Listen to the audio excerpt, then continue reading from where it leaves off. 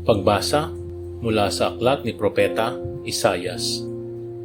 Sinabi ng Panginoon, ang kanyang paghihirap ay kalooban ko.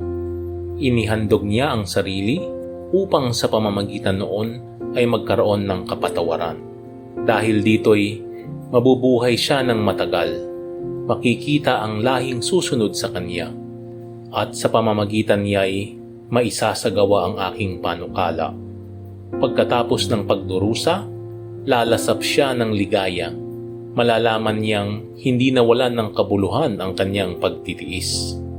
Ang aking tapat na lingkod at lubos kong kinalulugdan, ang siyang tatanggap ng parusa ng marami at alang-alang sa kanya, sila'y aking patatawarin. Ang salita ng Diyos. Salmong Tugunan. Poon, pag-asa ka namin, pag-ibig mo'y aming hiling.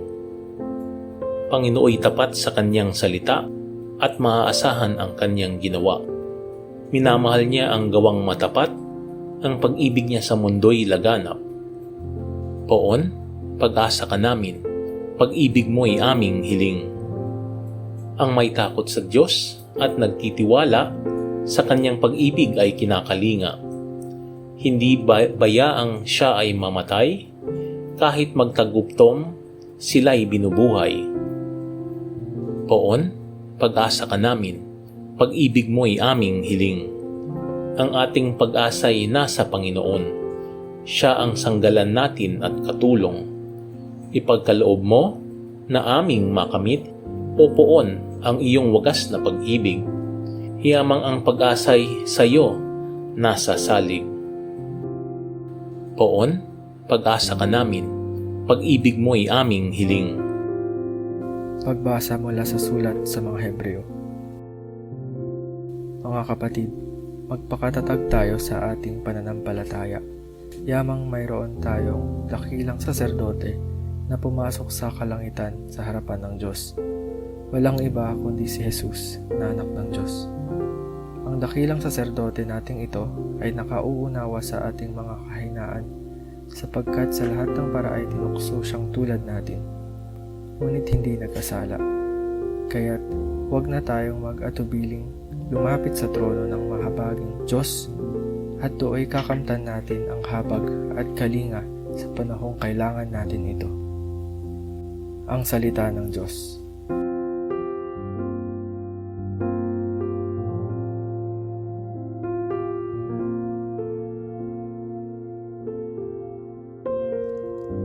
Ang mabuting balita ng Panginoon ayon kay San Marcos. Noong panahong iyon, lumapit kay Jesus sina Santiago at Juan na mga anak ni Zebedeo, at ang sabi, "Guro, may hihilingin po sana kami sa inyo." "Ano iyon?" tanong ni Jesus. Sumagot sila, "Sana'y makaupo kami katabi ninyo sa inyong kaharian, isa sa kanan at isa sa kaliwa." "Hindi ninyo nalalaman ang inyong hinihingi," sabi ni Jesus sa kanila. "Mababata ba ninyo ang hirap na babatahin ko? Pabibinyag ba kayo sa binyag na daranasin ko?" "Opo," tugon nila.